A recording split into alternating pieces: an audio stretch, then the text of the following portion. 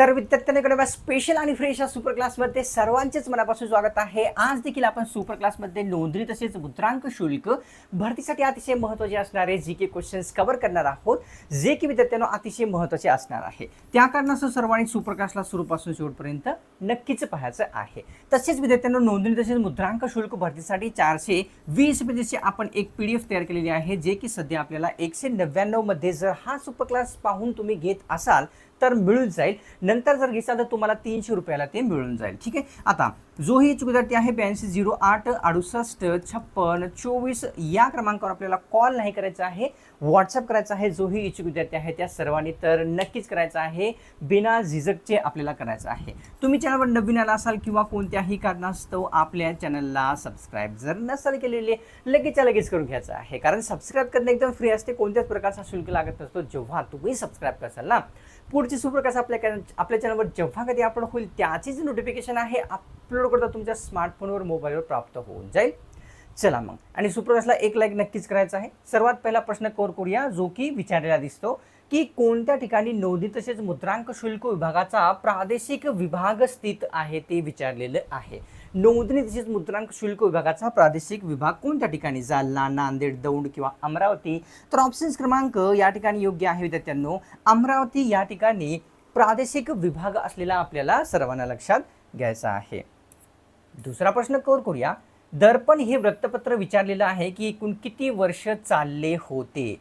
किती वर्ष चालले होते कोणते वृत्तपत्र?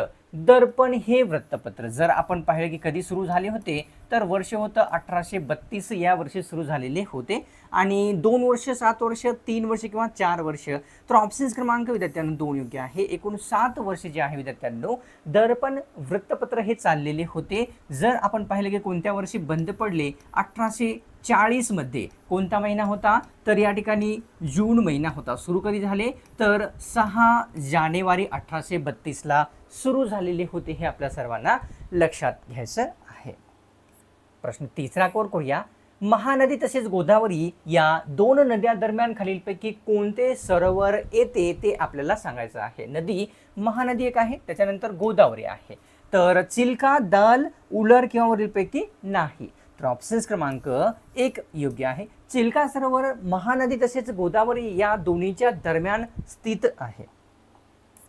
प्रश्न चौथा कव्हर करूया, सजीवांच्या अंतररचनेचा अभ्यास करणारे शास्त्र पुढीलपैकी कोणते आहे? कोणते शास्त्र सजीवांच्या अंतररचनेचा अभ्यास करते? इकॉलॉजी, सायकोलॉजी, एनाटॉमी किंवा वरील नाही? तर ऑप्शन्स क्रमांक योग्य आहे 3 एनाटॉमी हे जे शास्त्र आहे विद्यार्थ्यांनो, या ठिकाणी कशाचा? जनावरांच्या अंतररचनेचा, सजीवांच्या अंतररचनेचा अभ्यास करणारे आहे।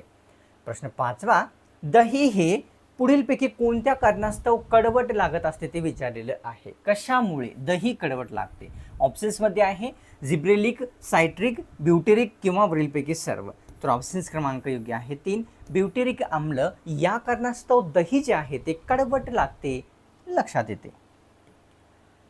6व्या प्रश्नात विचारलेलं की एड्रेनल ह्या ग्रंथी पुढीलपैकी शरीरामध्ये कशाचे नियंत्रण करतात ते विचारलेलं आहे। शरीरामध्ये एड्रेनल ग्रंथी ऑप्शन्स मध्ये दिलेले आहे ऑक्सिजनचे, क्षारचे, लोहाचे किंवा फॉस्फरसचे?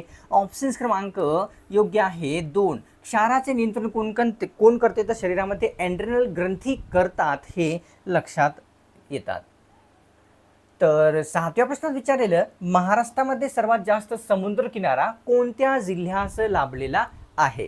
सर्वात जास्त समुद्र किनारा रत्नागिरी, रायगड, मुंबई उपनगर किंवा सिंधुदुर्ग? तर सर्वात जास्त म्हटलं तर ऑप्शन्स क्रमांक 1 योग्य राहील। रत्नागिरी जिल्ह्याला सर्वात जास्त आपल्या राज्यामध्ये समुद्र किनारा लाभलेला दिसतो। प्रश्न 8वा असा आहे, संविधान सभेमध्ये प्रत्येकी 1 जागा मिळवणारे किती पक्ष होते? प्रत्येकी संविधान सभेमध्ये एक जागा किती पक्षाला मिळालेली होती? 5, 7, 8 किंवा 10? तर ऑप्शन्स क्रमांक योग्य आहे 2 एकूण 7 पक्ष असे होते संविधान सभेमध्ये ज्यांना प्रत्येकी 1 जागा प्राप्त झाली होती। प्रश्न 9वा, सोडियम बायकार्बोनेटला खालीलपैकी कोणत्या नावाने ओळखले जात असते? काय असते सोडियम बायकार्बोनेट म्हणजे? तर धुण्याचा सोडा, खाण्याचा सोडा, या ठिकाणी हसविणारा वायू किंवा वरीलपैकी नाही? ऑप्शन्स क्रमांक योग्य आहे 2 खाण्याचा सोडा असे सोडियम बायकार्बोनेटला संबोधले जात असते। कव्हर करूया 10वा प्रश्न, महाराष्ट्रातील कोरड्या हवामानामध्ये सर्वात जास्त कोणत्या वनस्पती असतात? ज्या ठिकाणी कोरडे हवामान आहे त्या ठिकाणी कोणत्या वनस्पती येतात? तर तुळस, सदाहरित अरण्य, काटेरी वनस्पती किंवा वरीलपैकी सर्वच्या सर्व. तर कोरड्या हवामानामध्ये महाराष्ट्रामध्ये काटेरी वनस्पती असतात किंवा येतात हे आपल्या सर्वांना दिसते. प्रश्न 11वा, भारतीय राज्यघटनेचा रक्षणकर्ता पुढीलपैकी कोणास म्हटले जाते? आपण हा क्वेश्चन्स कव्हर केलेला आहे. रक्षणकर्ता राज्यघटनेचा कोणाला म्हणतात? उच्च न्यायालय, सर्वोच्च न्यायालय, पंतप्रधान किंवा राष्ट्रपती. ऑप्शन्स क्रमांक योग्य आहे 2. सर्वोच्च न्यायालयाला जे आहे विद्यार्थ्यांनो या ठिकाणी भारतीय राज्यघटनेचा रक्षणकर्ता असे संबोधले जात असते. 12व्या प्रश्नात, कर्करोगावरील उपचारासाठी कशाचा वापर केला जात असतो? कर्करोग ज्याला आपण इंग्लिशमध्ये कॅन्सर म्हणतो. Iodine, sodium, cobalt, uranium. तर कोबाल्टचा जो वापर आहे विद्यार्थ्यांनो कशासाठी? तर कर्करोगावरील उपचारासाठी केला जात असतो. कर्करोगाचा जो चिन्ह आहे CO आहे असले आपल्याला दिसते. जर अणुअंक जर पाहिला तर या ठिकाणी कोबाल्टचा विद्यार्थ्यांनो 27 आहे. कोबाल्ट हे काय आहे? तर या ठिकाणी विद्यार्थ्यांनो हे एक मूलद्रव्य आहे, रासायनिक मूलद्रव्य असलेले हे आपल्या सर्वांना लक्षात येते. कव्हर करूया. 13वा प्रश्न, दीनबंधू फ्री स्कूलची स्थापना कोणत्या व्यक्तींमार्फत करण्यात आलेली होती? तर ऑप्शन्समध्ये आहे कृष्णराव भालेकर, महात्मा फुले, महात्मा गांधी किंवा पांडुरंग तरखडकर. तर ऑप्शन्स क्रमांक 1 योग्य आहे. कृष्णराव भालेकर यांनी दीनबंधू फ्री स्कूलची स्थापना केलेली होती. तर विचारलेलं की अवकाश संशोधनासाठी पुढीलपैकी कोणती संस्था भारतामध्ये कार्य करते? अवकाश संशोधन. तर इस्रो, ICAR, IARI किंवा वरीलपैकी सर्व. तर ऑप्शन्स क्रमांक विद्यार्थ्यांनो या ठिकाणी योग्य आहे आपल्यासमोर 1. इस्रो म्हणजेच काय? इंडियन स्पेस रिसर्च ऑर्गनायझेशन असे इस्रोचे एक फुल फॉर्म आहे, विस्तारित रूप आहे. ही संस्था या ठिकाणी आपल्या अवकाश संशोधनासाठी भारतामध्ये कार्य करते, लक्षात येते. 15व्या प्रश्नात विचारले की राष्ट्रकुटांच्या काळामध्ये राष्ट्रकुटाच्या काळात वेरूळ येथे कोणत्या लेण्या कोरल्या होत्या ते सांगायचं आहे. कोणती लेणी कोरली होती? तर चतुर, कैलास, गजानन किंवा प्रताप लेणी. तर ऑप्शन्स क्रमांक योग्य आहे 2. कैलास लेणी ही राष्ट्रकुटांच्या काळात येथे वेरूळ येथे कोरली गेलेली आहे, हे आपल्या सर्वांना दिसते. कव्हर करूया पुढचा प्रश्न. प्रश्न 16वा असा आहे, महाराष्ट्रामध्ये 5 जिल्ह्यांचा सहभाग असलेले एकूण किती प्रशासकीय विभाग आहेत ते सांगायचं आहे. ज्या प्रशासकीय विभागामध्ये प्रत्येकी 5 जिल्हे आहेत, 3, 4, 5 किंवा 6. तर विद्यार्थी एक वेळेस कन्फर्म करूया. तर या ठिकाणी उत्तर विद्यार्थ्यांना आपल्यासमोर योग्य राहील. ओके, राईट आहे. ऑप्शन्स क्रमांक 2 म्हणजेच एकूण 4 प्रशासकीय विभाग असे आहेत की ज्यामध्ये प्रत्येकी 5 जिल्ह्यांचा समावेश झालेला आहे. 17वा प्रश्न, भारतामध्ये रेल्वेची सुरुवात कोणाच्या काळामध्ये झाली होती ते विचारलेलं आहे. सर्वप्रथम रेल्वे सुरू झाली तेव्हा कोणाचा कार्यकाल भारतामध्ये होता? Lord Ripon, Lord Curzon, Lord Dalhousie किंवा लॉर्ड मेयो. तर ऑप्शन्स क्रमांक 3 योग्य राहील. लॉर्ड डलहौसी यांचा कार्यकाल जेव्हा भारतामध्ये रेल्वे सुरू झालेली होता हे लक्षात येते. 18व्या प्रश्नात खालीलपैकी कोणती की ही सेव्ह करण्यासाठी वापरली जात असते? कोणते शॉर्ट फॉर्म जे आहे, ट्रिक जे आहे विद्यार्थ्यांनो, कोणतीही फाईल सेव्ह करण्यासाठी वापरतात? Ctrl+H, Ctrl+A, Ctrl+S किंवा F. तर ऑप्शन्स क्रमांक योग्य आहे 3. Ctrl+S जर दाबलं तर आपल्याला सेव्ह करण्याचे ऑप्शन्स दिसतात, हे लक्षात येते. तर शाहू महाराजांनी दख्खन रयत असोसिएशनची स्थापना कोणत्या ठिकाणी केलेली होती ते विचारलेलं आहे. शाहू महाराजांनी स्थापना केलेली आहे दख्खन रयत असोसिएशनची, लक्षात येते. कोणत्या ठिकाणी? निपाणी, दापोली, वेरूळ किंवा वरीलपैकी नाही. तर ऑप्शन्स क्रमांक 1 योग्य आहे. निपाणी येथे जे आहे या ठिकाणी कशाची स्थापना केली होती शाहू महाराजांनी? दख्खन रयत असोसिएशनची.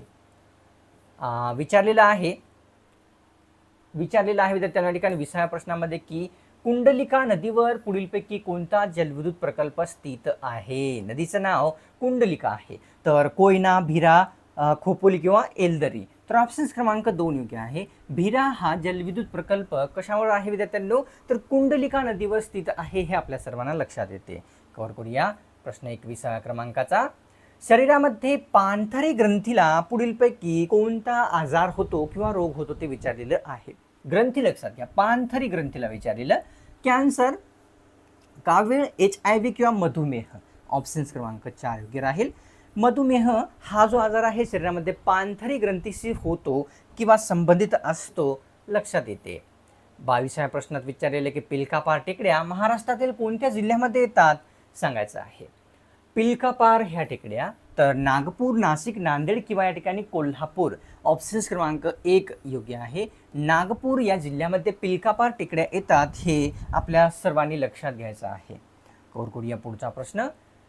तर विचारलेलं 23व्या प्रश्नामध्ये की अंदमान बेटावरील सर्वात मोठा देश पुढीलपैकी कोणता आहे. स्पेशली सांगायचं आहे की अंदमान बेटावरील तर श्रीलंका, भूतान, नेपाळ किंवा म्यानमार. ऑप्शन्स क्रमांक 4 योग्य आहे. म्यानमार हा जो देश आहे विद्यार्थ्यांनो अंदमान बेटावरील सर्वात मोठा असलेला देश तो. तर विचारलेले की नेत्रदान दिवस कोणत्या दिवशी साजरा होत असतो. 24व्या प्रश्नामध्ये नेत्रदान दिवस कधी साजरा केला जात असतो. 1 जानेवारी, 2 जानेवारी, 3 जानेवारी किंवा 4. तर ऑप्शन्स क्रमांक योग्य आहे 4 म्हणजे 4 जानेवारी या दिवशी नेत्रदान दिवस हा साजरा होतो लक्षात येते. 25व्या प्रश्नात विचारलेलं की पाण्यात विरघळणारे कोणते जीवनसत्व आहे जे की पाण्यात विरघळते. जसे की आपल्या शरीरामध्ये मेधामध्ये विरघळणारे बरेच जीवनसत्व आहेत. मेधामध्ये विरघळणारे म्हणजे चरबीमध्ये विरघळणारे. अ जीवनसत्व, बी जीवनसत्व, सी किंवा डी. तर विचारलेलं आहे पाण्यामध्ये तर ऑप्शन्स क्रमांक योग्य राहील 2 जीवनसत्व बी हे पाण्यामध्ये विरघळणारे आहे लक्षात येते. 26वा प्रश्न वरसगाव धरण या धरणाच्या जलाशयाचे नाव पुढीलपैकी कोणते आहे. कोणते धरण आहे. वरसगाव धरण आहे. तर तानाजी, येसाजी, संभाजी किंवा वीरबाजी. तर वरसगाव धरणाच्या जलाशयाचे नाव ऑप्शन्स क्रमांक 4 योग्य राहील. वीरबाजी असलेले आपल्या सर्वांना लक्षात येते. कव्हर करूया पुढचा प्रश्न. प्रश्न आहे 27वा की शरीरातील सर्व इंद्रियावर ताबा ठेवणाऱ्या संस्थेस काय म्हणतात. जे की शरीरामधील सर्व इंद्रियावर ताबा ठेवते. तर सोपा प्रश्न आहे. अभिसरण संस्था, चेता संस्था, उत्सर्जन संस्था किंवा वरील नाही. ऑप्शन्स क्रमांक योग्य आहे 2 शरीरातील सर्व इंद्रियावर ताबा ठेवणाऱ्या जे संस्थेस काय म्हणतात तर चेता संस्था म्हणतात. 28वा प्रश्न महावंश तसेच दीपवंश हे दोन जे आहे कोणत्या समाजाशी संबंधित असतात आहेत ते विचारलेलं आहे. महावंश तसेच दीपवंश. ऑप्शन्समध्ये आहे जैन धर्म, मुस्लिम धर्म, हिंदू धर्म किंवा बौद्ध धर्म. तर ऑप्शन क्रमांक 4 योग्य राहील. बौद्ध धर्माविषयी महावंश तसेच दीपवंश असलेले आपल्या सर्वांना हे लक्षात येते. 29व्या प्रश्नात विचारलेलं की सत्यशोधक समाज तसेच आर्य समाजाची स्थापना केव्हा झालेली आहे. 2 समाज आहेत आणि आपल्याला कंबाईनमध्ये प्रश्न विचारलेला आहे. 1874, 1876, 1873, 1875, 1860, 62 किंवा 66, 67. तर या ठिकाणी ऑप्शन्स क्रमांक 2 योग्य आहे. म्हणजेच 1873ला सत्यशोधक समाजाची स्थापना झालेली आहे. 1875ला जे आहे आर्य समाजाची स्थापना झालेली आहे. कोणी केलेली आहे आर्य समाजाची स्थापना तर दयानंद सरस्वती यांनी केलेली आहे. जर आपण पाहिले सत्यशोधक समाजाची स्थापना कोणी केलेली आहे तर सर्वांनाच माहीत आहे महात्मा फुले यांनी स्थापना केलेली आहे. कव्हर करूया पुढचा प्रश्न.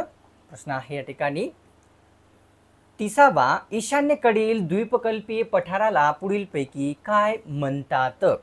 तुम्हाला येत असेल उत्तर. ईशान्येकडील द्वीपकल्पीय पठाराला विचारलेलं आहे. कार्बी पठार, छोटा नागपूर पठार, विंध्य पठार किंवा वरीलपैकी सर्व. तर ऑप्शन्स क्रमांक योग्य आहे 2 छोटा नागपूर पठार असे ईशान्येकडील द्वीपकल्पीय पठारास संबोधले जात असते. अतिशय महत्त्वाची पुन्हा एकदा एक सूचना आहे, रिमाइंडर आहे. 420 पेजेसची PDF विद्यार्थ्यांनो जी की आपल्याला सध्या 199 मध्ये दिले जात आहे. जर हा सुपर क्लास पाहून घेतला तर तुम्हा सर्वांना मिळून जाईल. जर इतर सुपर क्लास पाहून घेतलं तर 300 रुपये तुम्हाला द्यावे लागतील. आता घ्यायचं असेल आपल्या सर्वांना तर 820868 या ठिकाणी 68 56 56 24 या क्रमांकावर आपल्याला व्हॉट्सअप करायचा आहे, कॉल नाही करायचा आहे.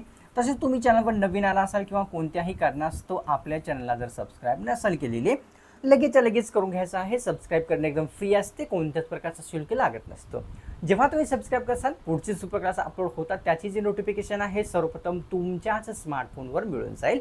आणि सुपर क्लासला एक जर तुम्ही लाईक नसेल केला तर करणं गरजेचे असते. तुम्ही लाईक करसाल तर मला प्रोत्साहन मिळते अशाच प्रकारचे स्पेशल सुपर क्लास तुमच्यासाठी एकदम फ्रीमध्ये बनवण्यासाठी. चला मग भेटूया पुढच्या एका नव्या स्पेशल आणि फ्रेश सुपर क्लासमध्ये.